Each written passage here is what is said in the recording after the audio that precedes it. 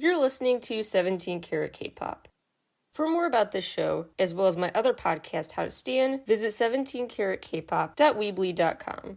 There you'll find episode guides, as well as additional reading, more exclusive content, tons of great stuff.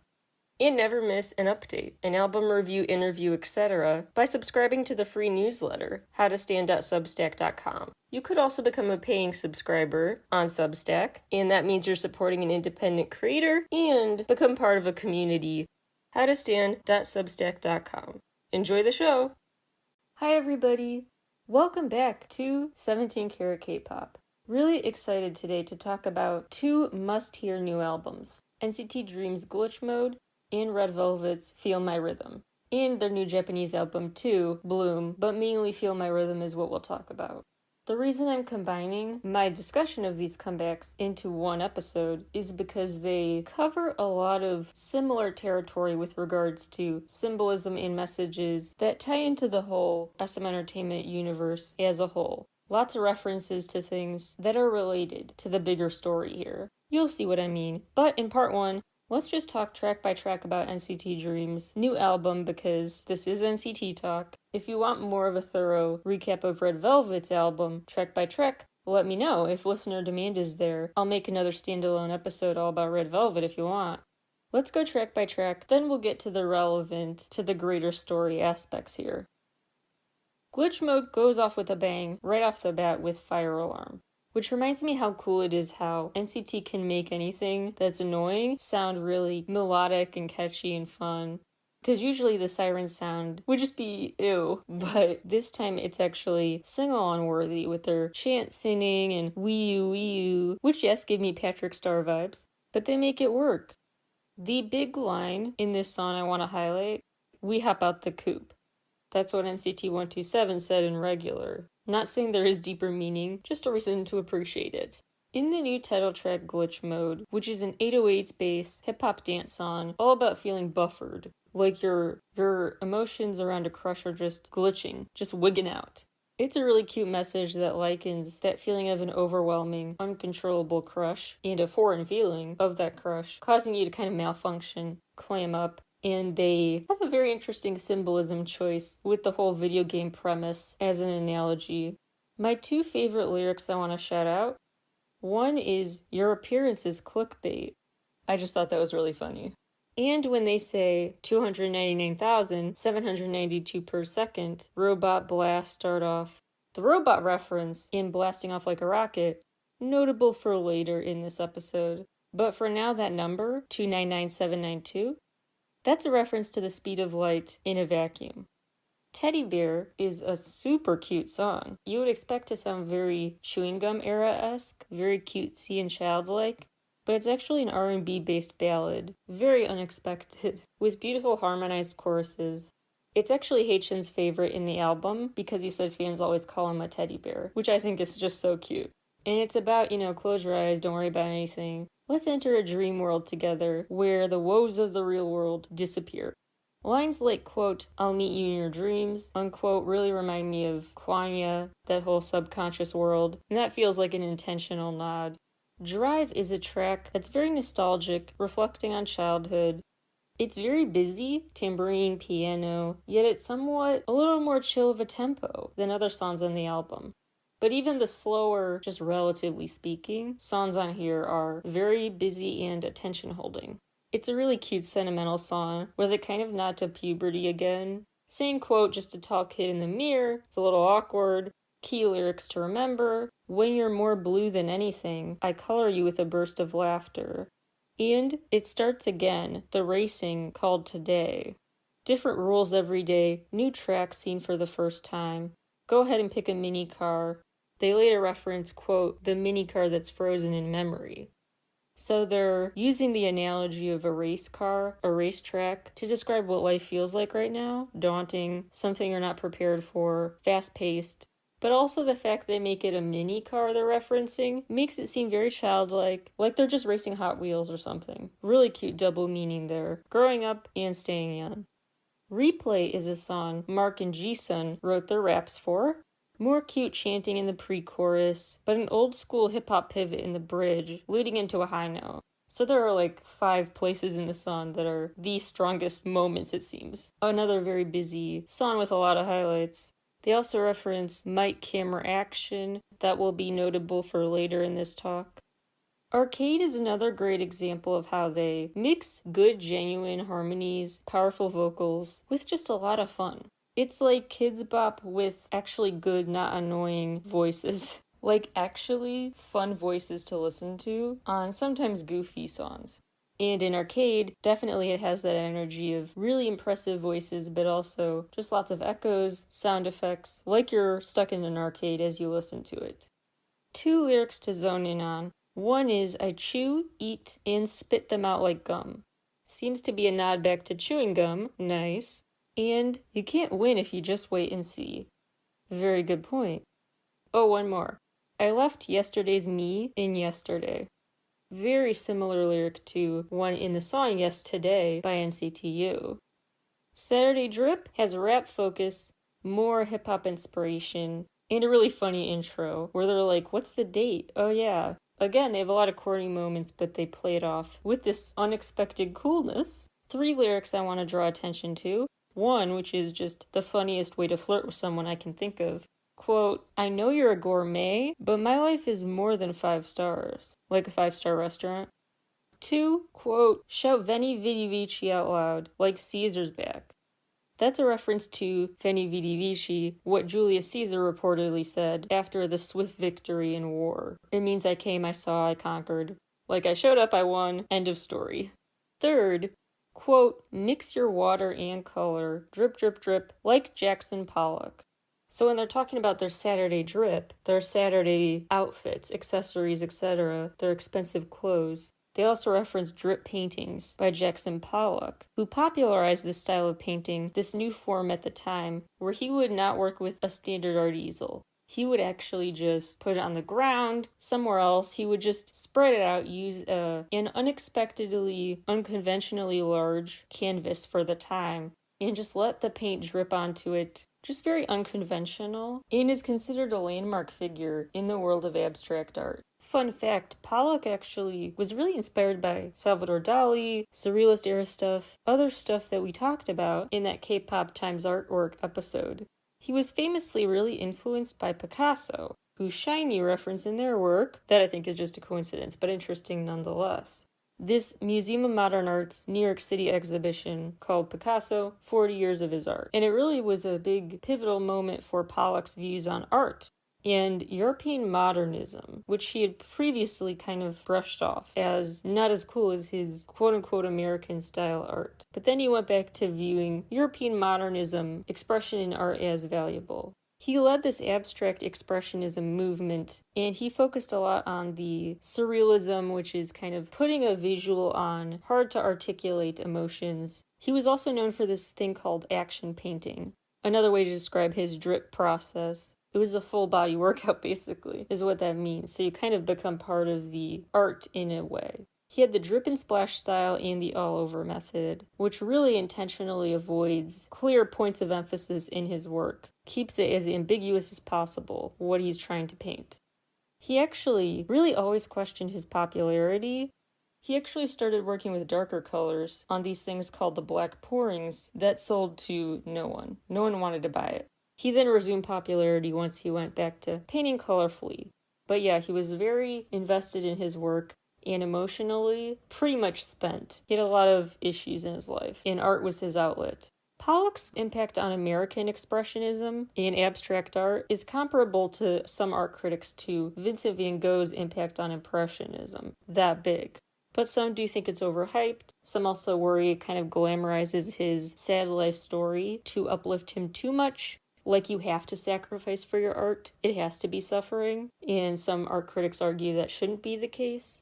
Some people do think that Jackson Pollock's impact on the art world was overstated, that he was overhyped, because what he did was question the bounds of what is art, when does the art stop, and when does the viewer begin. At a really deep level, when analyzing his art, you could just really be stuck questioning that, of how much did he want this art to take on meaning with the viewer kind of as part of the whole display, versus standing alone. Some people, and I'll actually link to some critiques I've read on my site, People have very interesting critiques about. They all basically boil down to this is fancy schmancy language to describe a dude who made Drops of Paint his living. That he didn't reinvent the game because at some point you have to label and draw that line between artist and artwork. And when you keep it ambiguous so much, to some point it's too ambiguous. You can no longer call its ambiguity artistic and clever, it's just incomplete of a message. But anyway, it is a funny way to reference an artist because they're talking about their drip in terms of outfits. And also because, just like his work made people question the nature of art and where it stops, NCT Dream's whole music video world is all about making people stop and question where the dreaming stops and the real world begins. It's Yours is a super sweet song. It's mid-tempo, but again, still very high energy because of their ad-libs and just layers of sound. Plus Mark, Jimin, and Jisung made the raps themselves, so it's an impressive song with a really cute message about I'm really struggling to find words powerful enough to suit you. It's all kind of falling short, but whatever word you want, whatever descriptive word you want, it's yours. I will attribute it to you. Another cute message on Better Than Gold. More adorable chanting, yet more vocal control and skill. A new talent level on display here. Impressive high notes, really well done. It should definitely be their new go-to concert encore song. Never Goodbye is a sweet R&B ballad worked on by Mark, Jeno, Jimin, and Jisung. It's really cute, a message about whenever you feel lonely, stop and look up at the sky. Remember we stare up at the same stars, and we can be connected in that way. And, quote, if I can't find the way to go with you, I will always shine upon you from afar. Lastly, Rewind, a self-explanatory premise with 3 really touching lyrics. 1, quote, I'll sing it again, just like when I was 8.25. That date is August 25, August 25th, the day of their debut stage as NCT Dream. 2, quote, because we're together, we're the 7 that completes Lucky. The fact they want to reinforce that they are 7 members, really love that, especially in light of the previous format where a member would graduate regularly out of the group, they would age out of it. Now they insist that's not happening. Mark, you are staying put. And third, quote, our memories that we gradually made become healing. I know, back and forth we go. Just a thought-provoking way to phrase, trying to turn them into valuable lessons. Okay, what can I learn from that? Memories we gradually made become healing, choosing to take lessons out of them, but back and forth we go, still struggling to do so all the time. A few more details about this comeback that will make more sense later. One is how the glitch mode video has that premise of the video game store freezing over after the machines malfunction. So there are 2 main stations. There's the video game store, and there's the Dream Lab, where these matchmaker characters of theirs, these alternate selves, note that for later, they were so unprepared for and taken aback by the intensity of the crush they have to address, that these matchmakers can't take it, and their machines malfunction to the point where a blizzard starts inside the store, and everything's in glitch mode. This state of feeling stuck, uncontrollable, discombobulated, yet in the midst of that moment of uncertainty, there's a scene where Runjin is surrounded by daffodils and butterflies, mixing winter and spring here, in a way that is deeper and more symbolic than you think, so just put a pin in this for later. I also want to draw your attention to, in these teasers, their outfits, because their clothing has been used to send messages before. In this time, I would note the countdown clock graphic on one of Jeno's shirts, the one in the group teasers. The whole concept of time and running out of it is a recurring thing for them. And I would note in Mark's solo teaser pics with the blue hoodie, there are a ton of phrases written all over it, like a new kind of science, on the brink, something about the future, against interpretation. Okay, with that phrase being there, feels like a personal attack, but whatever. Here I go theorizing anyway. Precarization, which refers to the state of being precarious, uncontrollable, unpredictable, thrown off balance. And Mr. H. Simon, with a Switzerland address, Simon, this guy who worked in a place called The Factory, which brings to mind to me this conveyor belt image you should put a pin in for later in this discussion. But anyway, He actually was known for being very hands-on with his curation. A lot of art curators just get stuff, but he would actually cultivate relationships with select artists, and then after making a deal with them, give them an assignment for what to make, rather than signing them on because of what he saw that they had already made. And then he was kind of collaborative too, in unprecedented ways, to watch them as they made that work and provide input in the process. Let's cover the key details in Red Velvet's album you need to remember. First of all, I just want to note it is another job well done. They managed to really blend interesting layers of angelic vocals, cutesy images with darker, sassy stuff on a dime. I mean, sampling classical music and merging it with a trap beat, they are very one of a kind. I also did elaborate on my thoughts on this at howtostand.substack.com, plus in my Best of March episode that just came out. The first part of this Red Velvet Feel My Rhythm comeback that we have to dissect, the promo posters for this album and the new music video. Here are just a couple of the many details in those posters that I have really zeroed in on and found significant. It'll make sense later. First of all, the members are very shrunken down, not just like any ballerinas, but really shrunken down, music box-sized ones. You can also tell they're shrunken down because of the proportionality, the size of pearls and pearl necklaces, and actually on the album cover there's a teddy bear of sorts, kind of camouflage, hidden on the left side. It looks exactly like it blends in with the grass and the bushes, but it is the shape of a teddy bear over there. That's quite close to the members in size. In addition to the shrunken down Alice in Wonderland-esque nature here, we also see a blending of 2D and 3D, 4D worlds. Pretty overtly. The flowers and stuff on the album cover, very intentionally animated looking. This applies to Bloom, their new Japanese album cover too. But the members are not. So the members are not cartoons, they just look like people, but they're surrounded by 2D illustrations. And you see that blending of forms, illustrated animations versus live action stuff in the Feel My Rhythm video. So 1, the size, 2, the animations mixed with 4D stuff, and 3, the little girl in one of the first teaser posters that came out. There's a little girl with pigtail braids, cute pink dress, and she's sitting on this table, a desk or something, with a wooden box on her head, with a face drawn on it in marker, holes cut out for eyes. Like, she just has this box on her head, like a little kid's first cosplay as a robot or something. Really cute, and very reminiscent of the Reve robot that has become a Reve Festival logo, like their mascot. This robot seems to be nodded to with that poor but cute attempt at cosplay. Remember the presence of these key symbolic things. Candles, a candelabra in this case. A snow globe of sorts, maybe just a music box, but it doesn't have snow in it, but it's a merry-go-round themed globe of sorts, a trinket, with a merry-go-round theme. Teddy bears, flowers, plants, a puppy statue, and a puppy-themed wall clock, butterflies and butterfly decals, and a fountain in the center of their album cover art, but instead of just pouring water, it is just full of grass and flowers blooming. Trust me, all those objects and their significance will make sense as I progress into my theories. On the wall, by those gold butterfly decals, is a gold plaque. It basically is a paraphrase of the quote, "I regret nothing in my life, even if my past was full of hurt. I still look back and smile because it made me who I am today." I cannot for the life of me find who said this. This quote seems to have been very popularized across social media, Pinterest and stuff, but this inspiring quote that seems to be everywhere, I can't find an attribution. So feel free to help me out with that, but I really don't know where this came from.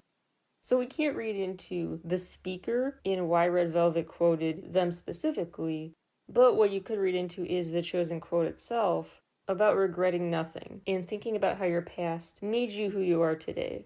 Which is relevant given the whole time travel aspect of Kwanya. The pearls, both that they wear in music videos and on the album cover, not just notable because it does seem to be kind of a new trend. Once again, it's a popular accessory. But also in their story, feels like there was a deeper intention behind the point of using pearls, because pearls represent wealth, of course, but also wisdom that you get from experience, goes back to that quote on the plaque. They also can represent good luck, good fortune. Some pearls in Red Velvet content are white, others are pink. Pink pearls specifically represent love, passion. The white pearls can represent this innocence, purity. So it's an interesting combination of using pearls as red velvet unleash their inner child, and pearls that show this growing self-awareness of their intense love and other mature emotions. Please note that Wendy, on this album cover, is hanging up a picture that's kind of like an optical illusion, because it's a picture of a blue sky with fluffy white clouds kind of at the corners cut off by the frame, but she's hanging it up outside. On the album cover, that beautiful blue sky with the fluffy clouds is right there above her, but she is instead hanging up a picture of that same thing to look at.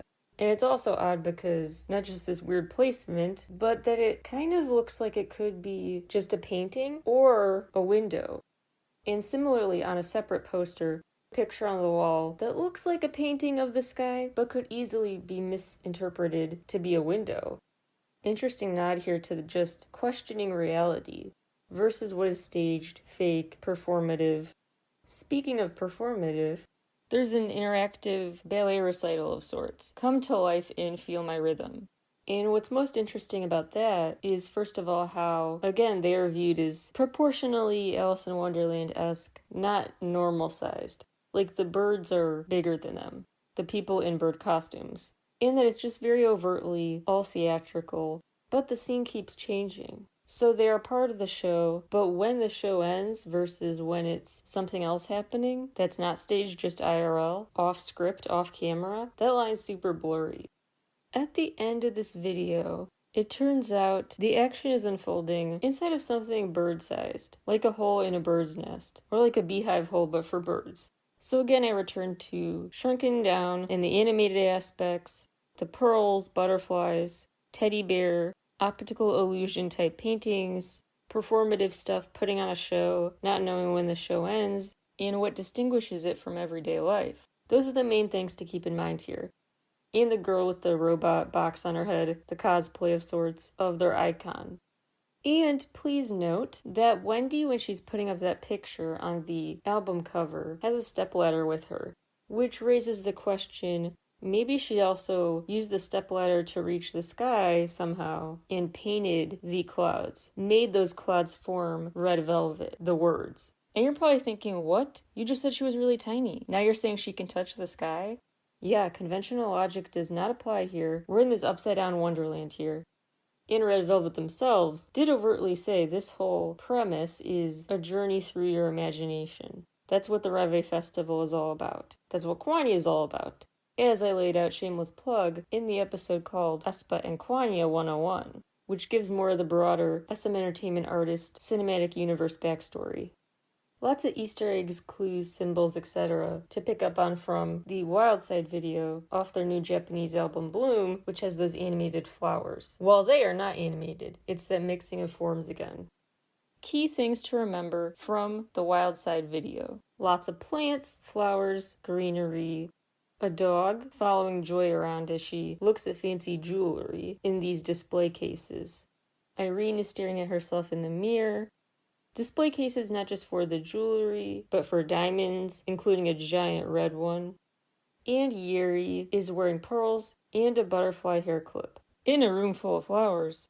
Repeated symbol on repeated symbol. And she flips on a dime to this totally different look for the choruses, with a dark outfit, short haircut, etc.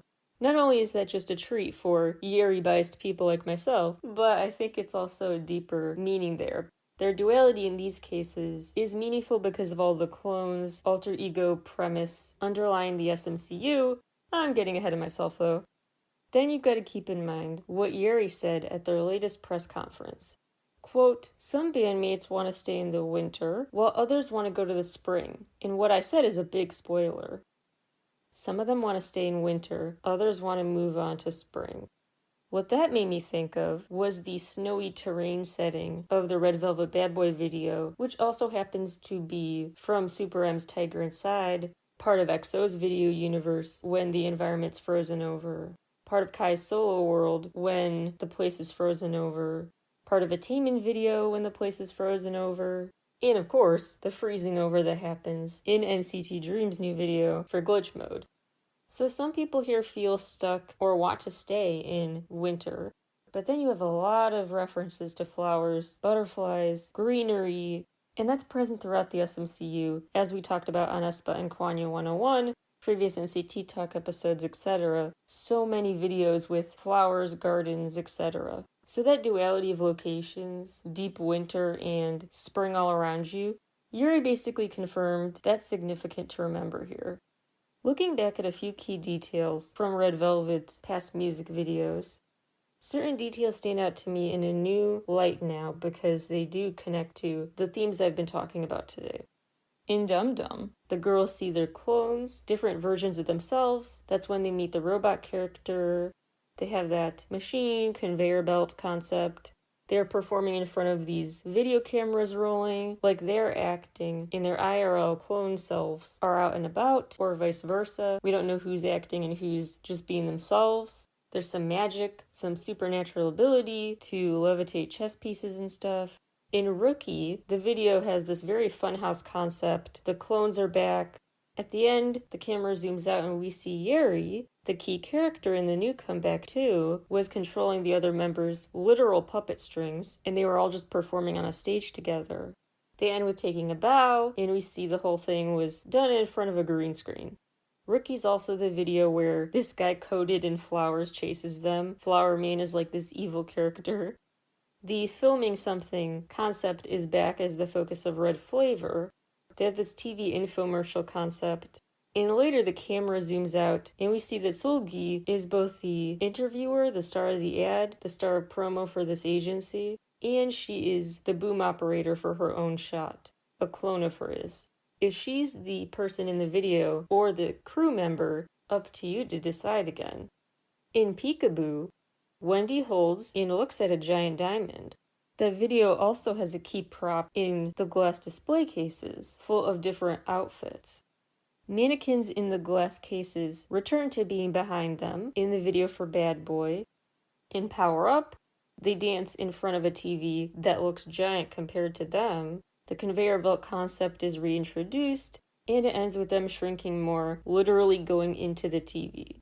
This is all staged performance premise returns in Really Bad Boy. We see the Hollywood sign in the background. In Zimzalabim, they all wear 3D glasses. There's this ticket booth scene, a literal curtain close at the end. Joy ends up being the character they watch on TV, doing the weather report in Oompa Oompa.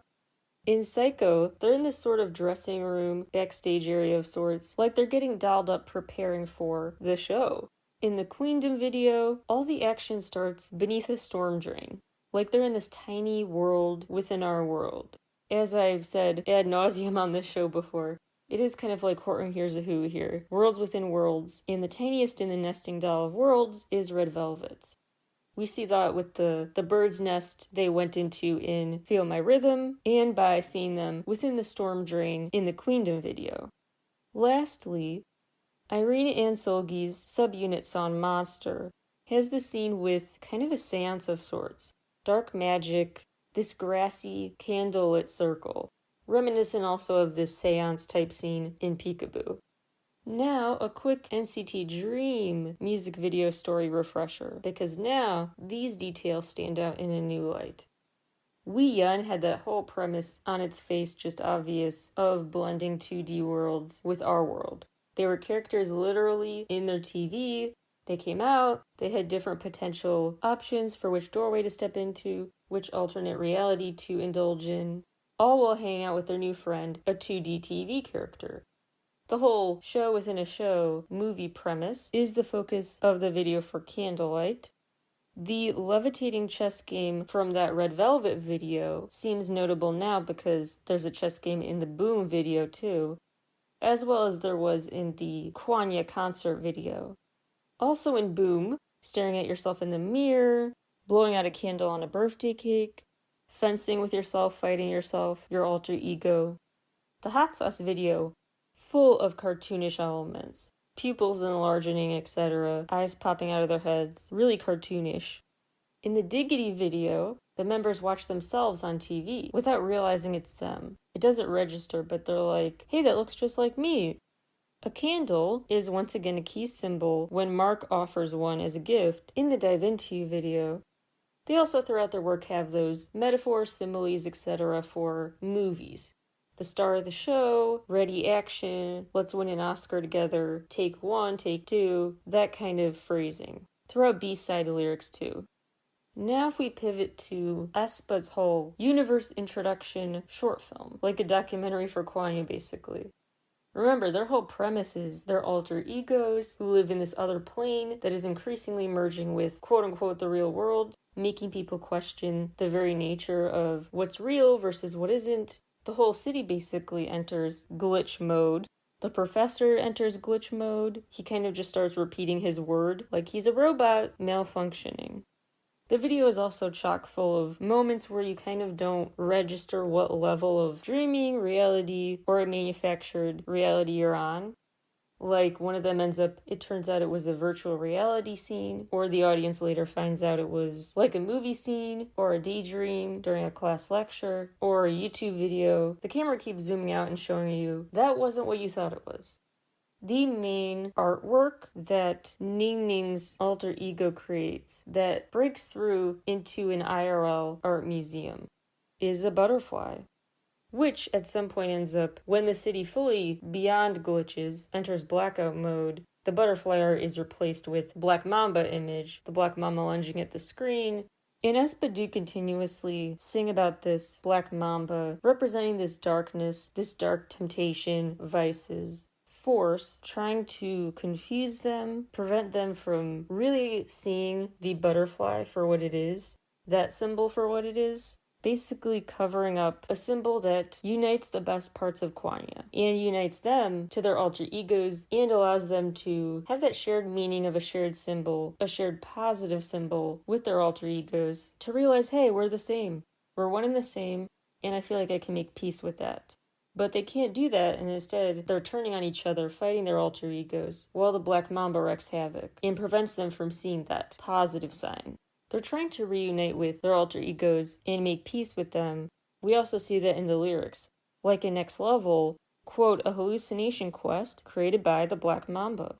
Also notable in that video, Ning Ning, who also made the butterfly art, she's kind of in this optical illusion moment where either she's shrunken down or the buildings did, something's disproportionate, because all the skyscrapers look smaller than her.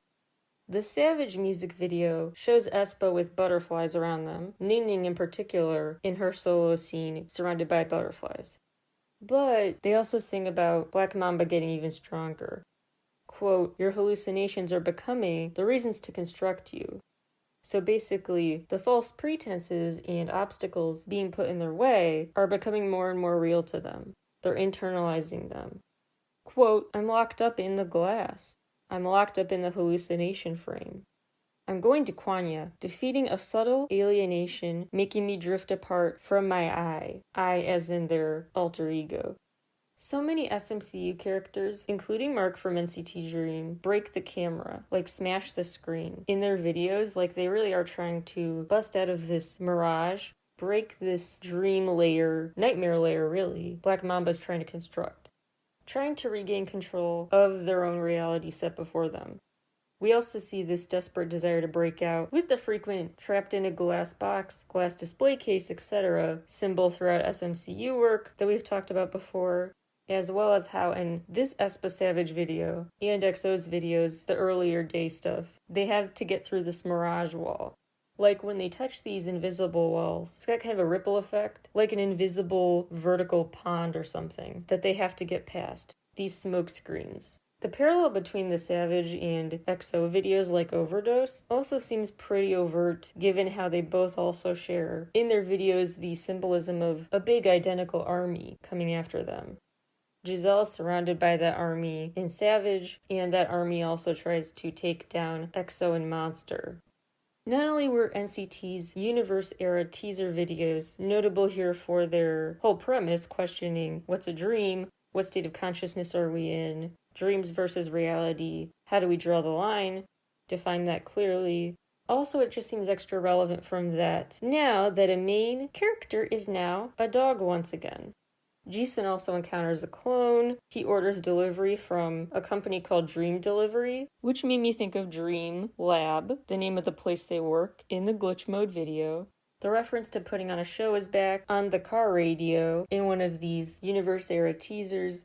There's this talk about the upcoming talent show, which was also referenced on the invite at the start of NCT Dream's Deja Vu video. They're getting ready to put on another show.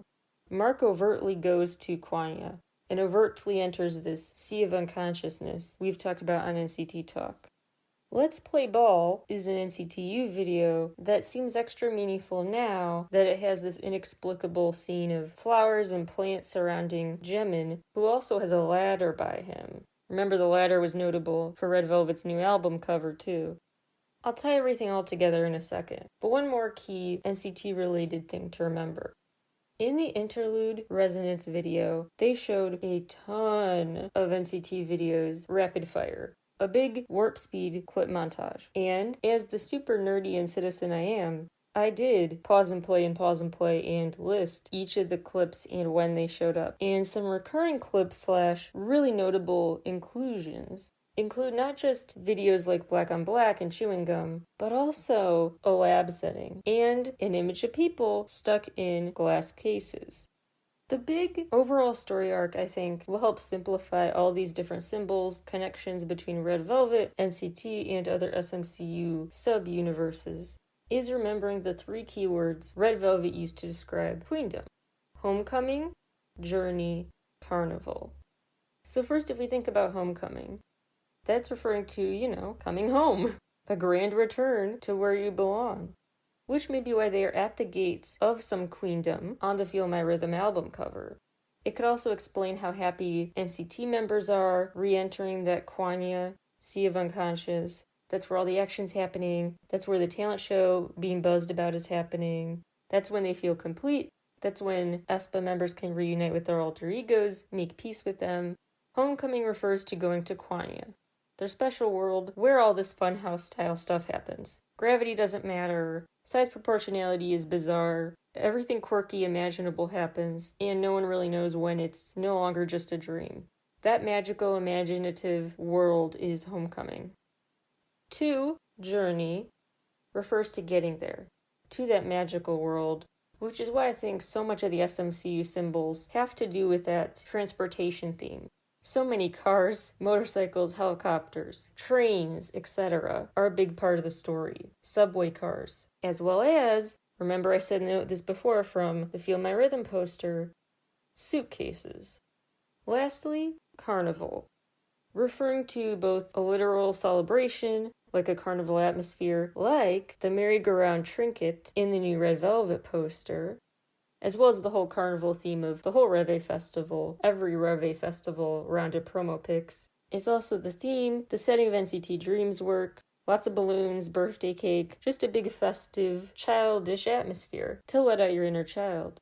So homecoming, journey, and carnival are the 3 broad categories under which to group these symbols. The purpose of reusing them for different SMCU characters and within each character's story, all to say that they are trying to craft a mental escape in real time by taking stuff from IRL and moving them into the dream world, figuring out how to do that, figuring out if there's a way to permanently merge the worlds and make their dream and real worlds one and the same. This seemingly endless quest is, I think, what they're trying to do.